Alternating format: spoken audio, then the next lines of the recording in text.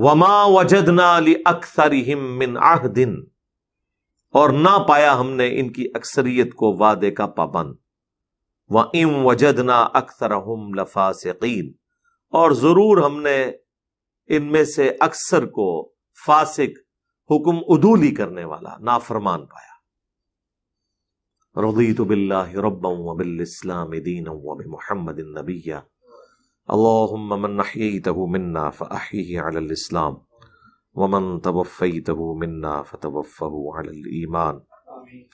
صحیح مسلم میں حدیث ہے کہ نبی علیہ السلام جب کبھی نماز میں بھی اس طرح کی آیات پڑھتے تھے تو فوراً اللہ کی طرف متوجہ ہوتے تھے۔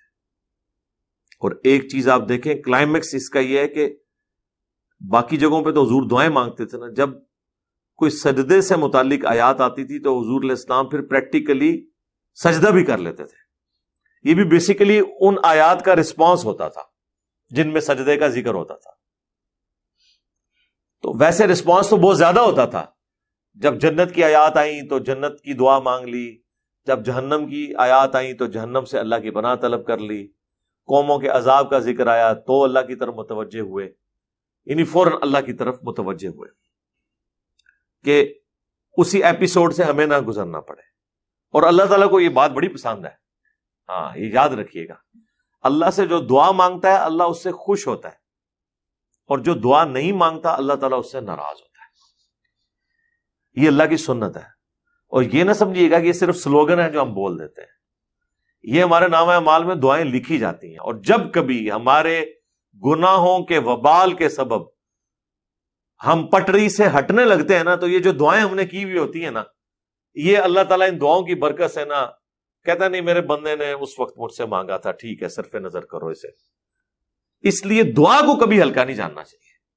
دعا سے کوئی شخص اپنے آپ کو کبھی بھی آزاد کر ہی نہیں سکتا، بے نیاز کر ہی نہیں سکتا۔ اللہ تعالیٰ سے اس کی رحمت مانگتے رہنا چاہیے۔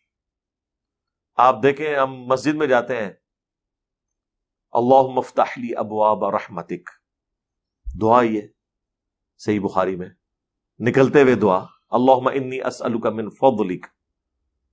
اب دیکھیں نماز بھی پڑھ کے نکل رہے ہیں، پھر فضل مانگ رہے ہیں، پھر رحمت مانگ رہے ہیں۔ تو اللہ تعالیٰ سے کوئی شخص، اور پھر نماز کے اندر کیا مانگ رہے ہیں؟ اہدنا الصراط المستقیم صراط الذین انعمت علیہم غیر المغضوب علیہم ولا الضالین آمین۔ اب مجھے بتائیں کیا نبی علیہ السلام ہدایت پہ نہیں تھے؟ ان کے ساتھی ہدایت پہ نہیں تھے؟ ان کے اہل البیت نہیں تھے؟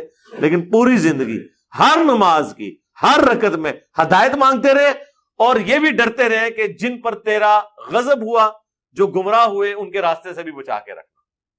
اس سے بڑا اور کیا ثبوت ہوگا کہ دعا کتنی بیسک نیڈ ہے آپ کی۔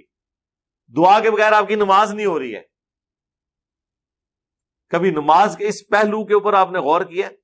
بلکہ سورہ فاتحہ کو تو نماز ہی کہہ دیا گیا ہے، صحیح مسلم کے اندر پوری نماز سورہ فاتحہ کہہ دی گئی۔ وہ جو حدیث ہے کہ میں نے نماز اپنے اور اپنے بندے کے درمیان برابر تقسیم کر لی ہے، اور ذکر حضور نے فاتحہ کا کیا۔ جب میرا بندہ کہتا ہے الحمدللہ رب العالمین تو میں کہتا ہوں میرے بندے نے میری حمد کی۔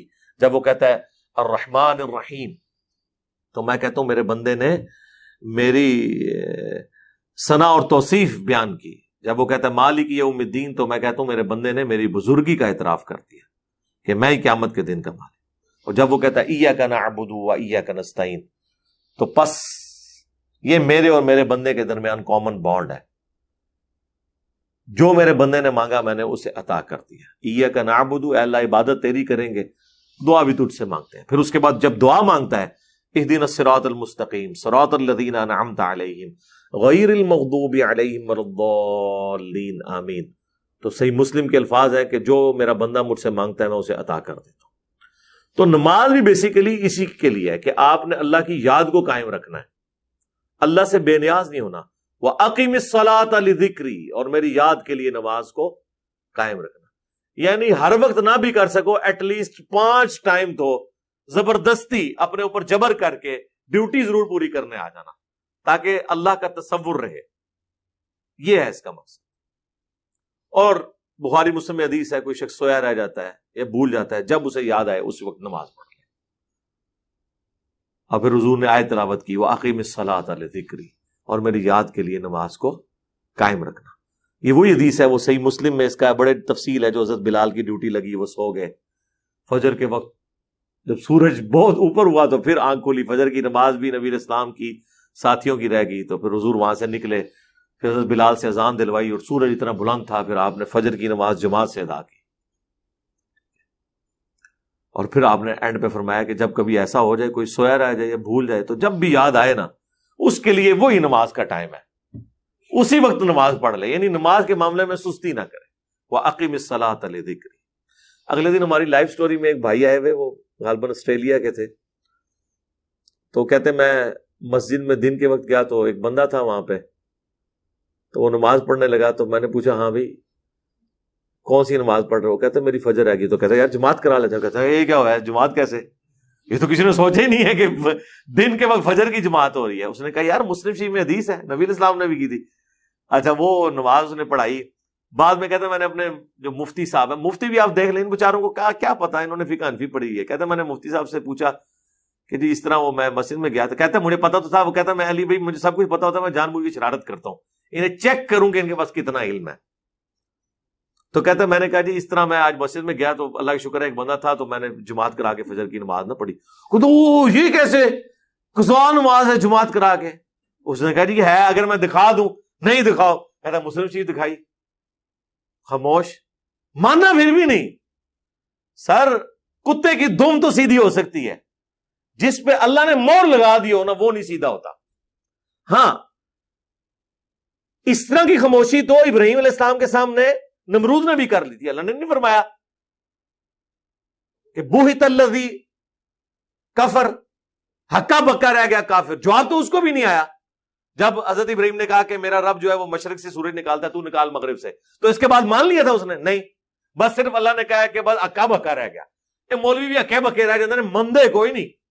اس کے پیچھے ریزن یہی ہے کہ جب اللہ مور لگا دینا، سرکار پھر پیغمبر نہیں ہدایت دے سکتا تو اور کوئی شخص کسی کو کیا ہدایت دے سکتا ہے؟ لے جی یہاں پہ یہ ٹاپک کنکلوڈ ہوا، جو میں نے آپ کو کہا تھا ایک جنرل ذکر آئے گا، اس کے بعد اب آیت نمبر 103 سے آنورڈ آلموسٹ 70 آیات صرف حضرت موسیٰ علیہ السلام اور ان کی قوم اور فرعون سے متعلق ہے، اور یہ قرآن حکیم کا ایک بہت انٹرسٹنگ پورشن ہے، کیونکہ سورۃ الاعراف میں وہ واقعات جو اجمالاً بیان ہوئے تھے سورۃ البقرہ کے اندر، ان کی تفصیلات یہاں پر آئیں گی۔ مثال کے طور پر وہاں پر اللہ تعالیٰ نے بنی اسرائیل کے اوپر جو عذابوں کا ذکر کیا تھا، سورہ النساء کے اندر بھی آیا کہ ان کو ہم نے بندر اور خنزیر بنا دیا۔ یہاں پہ وہ اصحاب سبت کا واقعہ بھی آ جائے گا کہ اس واقعے کے سبب یہ ہوا۔ اسی طریقے سے فرعونیوں کے ساتھ جو جادوگروں والا معاملہ ہوا، حضرت موسیٰ علیہ السلام کے مقابلے پہ وہ لے آئے، اس کا بھی تفصیلی ذکر آئے گا۔